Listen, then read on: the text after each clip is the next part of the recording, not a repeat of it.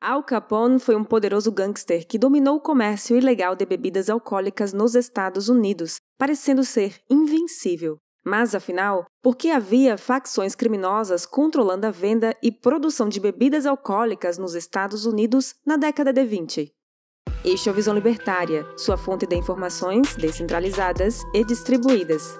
O mais famoso gangster americano do século XX, ao falar sobre seu negócio no comércio ilegal de bebidas alcoólicas, afirmava convictamente: "Eu dou ao público o que o público pede", afirmou. "Nunca precisei mandar vendedores agressivos, já que eu nunca consegui suprir a demanda." Um dos principais criminosos dos Estados Unidos da década de 20 e 30 não foi preso por contrabando, ou mesmo pelos assassinatos que ordenou e cometeu, mas por não pagar impostos em 1931. Seu nome era Alphonse Gabriel Capone, nascido em 17 de janeiro de 1899 no bairro Brooklyn, em Nova York. Seu pai era um imigrante italiano de Salerno. Seus pais chegaram em Nova York em 1893. De família humilde e muito grande, Al Capone tinha vários irmãos, sendo que alguns deles entraram para o mundo do crime e o ajudaram. Desde cedo, Al Capone era problemático, e apesar de boas notas na escola, aos 14 anos ele foi expulso de uma escola católica que frequentava por ter agredido uma professora.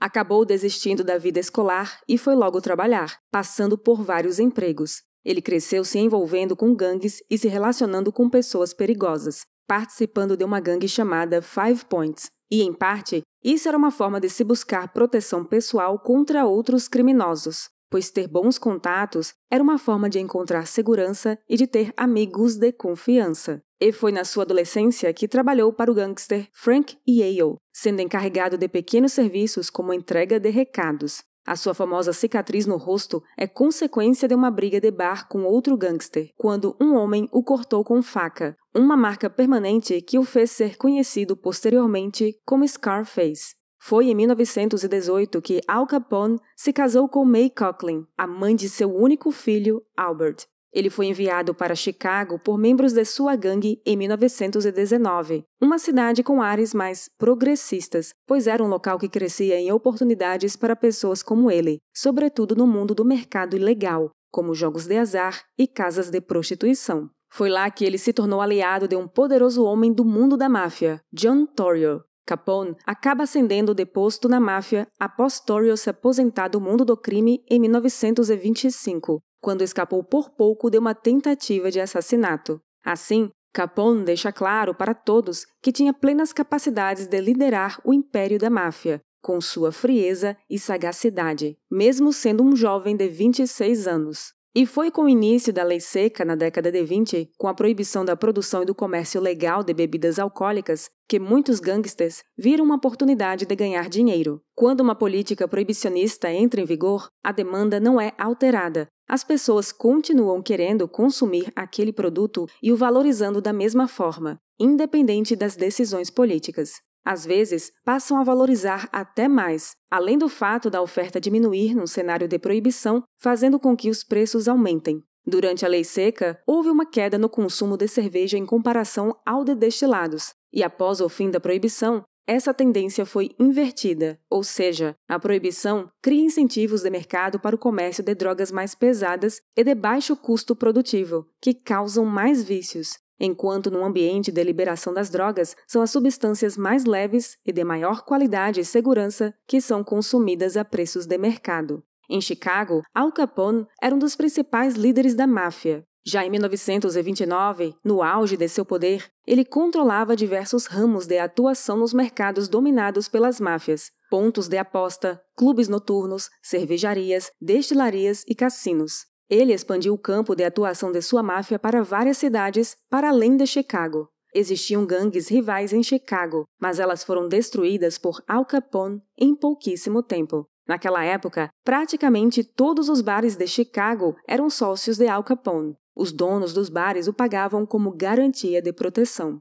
Por incrível que pareça, Al Capone, apesar de colocar o terror na mente de todos os inimigos e assassinar brutalmente qualquer pessoa que o prejudicasse, promovia caridade entre a população. No entanto, mais parecia com um falso assistencialismo do Estado, com objetivos obscuros por trás, para criar a ilusão nas mentes das pessoas de que ele é bom e caridoso, promovendo uma aceitação popular perante aquela figura. Mas é óbvio que não se tratava de uma boa alma buscando ajudar ao próximo. Ele queria conquistar as pessoas, e num contexto de crise econômica nos Estados Unidos, com a Grande Depressão do final da década de 20, que se estendeu até a década de 30, ele organizou centros de alimentação gratuitos com cozinhas públicas, forneceu locais para dormir para desabrigados, além de ajudar mães solteiras que não tinham como sustentar seus filhos. Ao mesmo tempo que esbanjava luxo em restaurantes caros e usava roupas caras, Al Capone fazia questão de se mostrar humilde e caridoso. Ele realmente era popular e passou a ser bem visto pelos cidadãos de Chicago, em grande parte, mas o Estado sabia que se tratava de um criminoso, mas fazia vista grossa. Mafiosos como Al Capone eram frutos das políticas proibicionistas. No mercado livre, todo tipo de empresa privada, atuando legalmente, poderia iniciar seu negócio no setor e competir. Os custos de entrada seriam baixos, o que tornaria inviável os cartéis criados pelos mafiosos e protegidos por lei. A concorrência seria maior, a oferta de produtos aumentaria e os preços seriam muito mais baixos, não havendo concentração do mercado para monopólios, além da qualidade do produto ser melhor e mais seguro. Uma empresa privada atuando dentro da lei pode ser facilmente processada no tribunal se envenenar ou prejudicar seus clientes. Isso cria incentivos reais para se preocupar com a qualidade do produto que se vende e sempre pensar no consumidor final. Se a polícia de Chicago fosse querer combater Al Capone na base do uso da força, iria ser criada uma grande guerra civil na prática, a guerra contra as drogas. E estamos todos cansados de ver o conflito e violência nas favelas das principais cidades brasileiras. E não se esqueça, todo esse conflito bélico contra o tráfico de drogas, além de ser contraproducente, é custeado com dinheiro público. Sim, é o trabalhador honesto e muitas vezes pobre quem banca isso, sofrendo com as consequências do aumento da violência. Se quiser entender profundamente sobre as consequências de leis que proíbem drogas, recomendo a leitura da obra Criminalização, Análise Econômica da Proibição das Drogas, de Mark Thornton. Na obra, o autor usa a experiência histórica da lei seca, adicionando a estudos recentes sobre a legislação norte-americana contra outras drogas, e demonstra que a criminalização impõe custos bastante severos e que são difíceis de implementar, e chega à conclusão que, do ponto de vista econômico, é impossível uma política de proibição ser bem-sucedida. A Chicago Outfit, a gangue de Al Capone, tinha lucros exorbitantes, já que se tratava de um monopólio. Anualmente, faturavam algo em torno de 900 milhões de dólares por ano em valores atuais, o que era cerca de 100 milhões de dólares na época. Grande parte do faturamento era do comércio de bebidas alcoólicas, o que hoje seria impensável de se fazer quando se trata de uma facção criminosa. O máximo que você conseguiria hoje em dia é criar seu negócio de cervejas para competir com a Heineken e outras empresas, desde as artesanais até as grandes corporações, num mercado legal e competitivo que gera empregos e renda. Um brutal episódio marcou a história do crime nos Estados Unidos. No massacre de St. Valentine, o Dia dos Namorados nos Estados Unidos, os homens de Al Capone executaram com tiros de metralhadoras 7 homens, dentre eles 5 membros de uma máfia rival. Foi um episódio brutal que repercutiu na mídia americana e chocou a população. Mesmo sendo um dos homens mais poderosos de Chicago, ele foi intimado a responder pelo episódio. Ele foi chamado para ir ao tribunal depor, mas não quis ir, alegando estar doente. No entanto, ele foi chamado novamente em 27 de março de 1929 para comparecer ao tribunal, sendo inocentado. Mas, quando saía do tribunal, foi preso, e a justificativa foi de que ele evitou comparecer à justiça no primeiro chamado, mas não ficando muito tempo atrás das grades. Ele se tornou, então, o inimigo número 1 do FBI. A inteligência da polícia americana estava observando e investigando Al Capone constantemente. Em 1931, ele foi condenado a 6 meses de prisão por desacato ao tribunal, mas conseguiu responder em liberdade. E foi nessa época que a justiça americana tentou incriminá-lo por sonegação fiscal, por não ter pago o imposto de renda. De fato, como ele atuava num comércio ilegal, não era possível ele declarar o imposto de renda.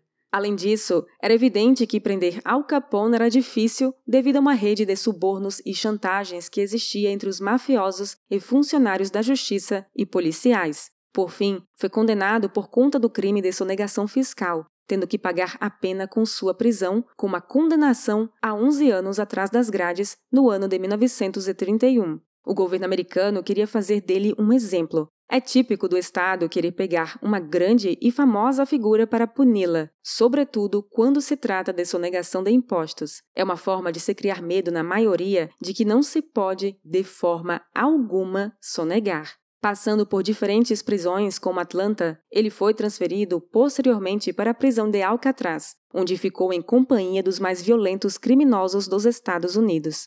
Nesse período, sua saúde foi se degradando, pois ele tinha sífilis, doença que atingiu seu cérebro. Foi devido a esses problemas de saúde que, em 1939, teve sua prisão revogada. Em janeiro de 1947, ele teve um AVC. No entanto, não foi letal. Posteriormente, Al Capone contraiu pneumonia, o que agravou seu quadro de saúde, e foi com um ataque cardíaco, ainda em janeiro de 47, que Al Capone morreu em sua casa na Flórida aos 48 anos de idade. A história do rei da máfia americana nos diz muito e nos revela principalmente que são esses criminosos os maiores beneficiados pelas leis proibicionistas, como a lei seca. Todo mercado que tem demanda real por parte dos consumidores tende a trazer boas oportunidades de lucro, e o mercado negro não é diferente. Na prática, a única coisa que acontece após a proibição é que empresas privadas que poderiam suprir essa demanda e gerar emprego e renda são inviabilizadas.